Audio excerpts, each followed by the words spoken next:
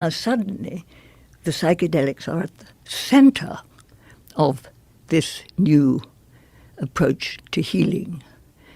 And I think the healing of psychedelics goes much, much farther than what we've touched on so far, which is the psychologically based conditions.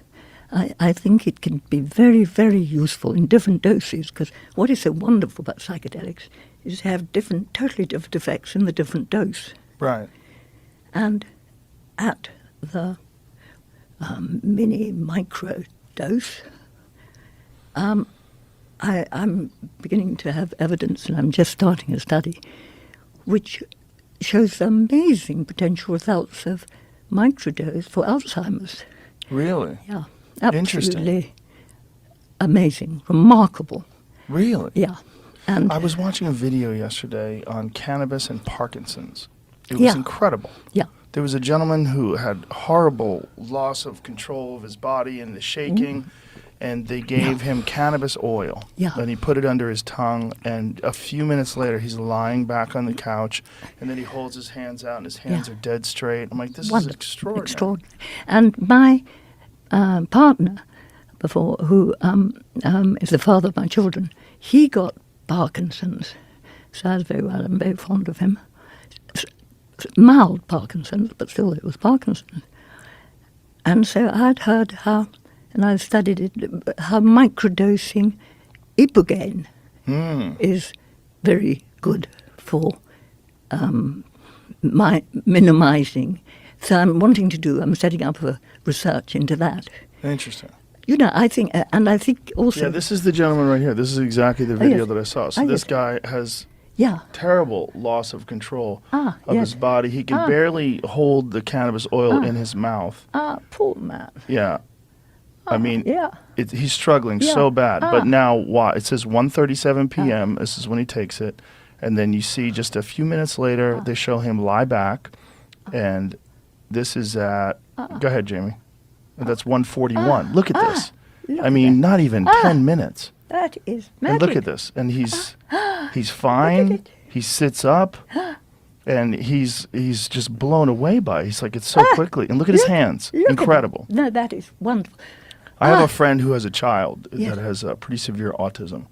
And when he gives the kid cannabis, when he gives him edible cannabis, it just stops it. Yes. It just stops it. The kid can absolutely make eye contact, communicate. Yeah, absolutely. Well, I could show you. The trouble is I can show you privately, but not the person involved doesn't want it to go out.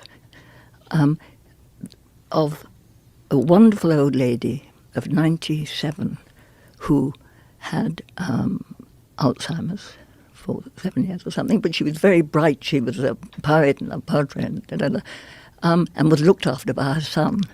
And then he went away for a week, and someone else came and looked after.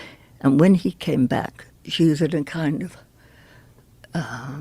acute vegetative apathy, where she didn't recognize him, just staring into space. And they discussed it before, and she'd said, she knew he sometimes took a psychedelic, and so he gave her a microdose of LSD.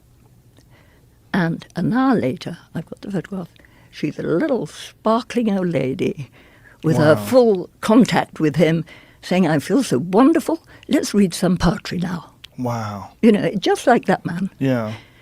And then he contacted me and said, what should he do? So I said, well, first thing would be to get a doctor to help you manage it, and then continue with the lower doses gets that effect, which was 10 microdose, which is 10 millionth of a gram. I mean, such a small dose, you would hardly think it could have an effect. And that does something which I'm doing research on now.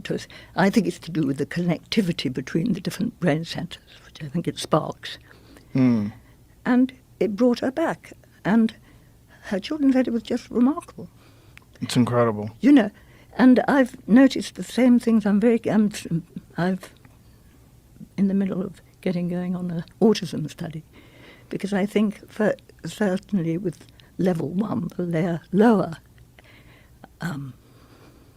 degrees of autism, microdosing LSD can be enormously beneficial. And I've got a friend who's had experience of that and wrote a very good book about it, actually, called Autism and LSD. And so now I'm designing a study, I'm getting his advice on the autism level of things. And I think that what I'm fascinated in, and this is where I got this interest right back in 1966, are what are the mechanisms underlying that makes LSD and associated compounds have the effect it has.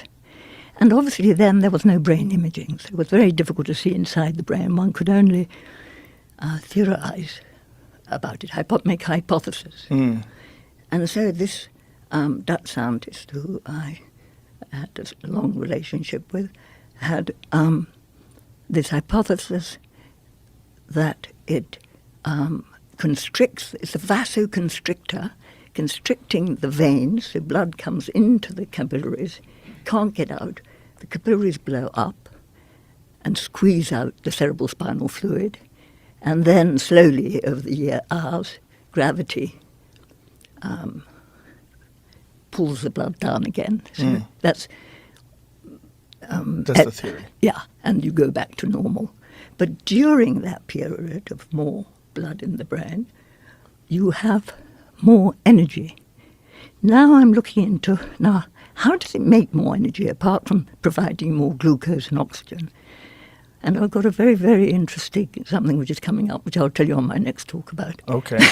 But I'm very excited because I think anyone you talk to would say that the psychedelics, or indeed cannabis, they all work on the same direction. I think cannabis and the psychedelics have the same underlying mechanisms, but at different levels of, I think, the constrictions in the psychedelics are much stronger because you obviously get much higher, you can on a psychedelic, but they're going in the same direction. And that's what endogenously, a lot of I'd love to know more about that, and I will if I've got time to do that, study into the underlying, serotonin, dopamine, all the different enzymes, hormones in the body which can do these things endogenously. Yes. I mean, we know the saints got top high.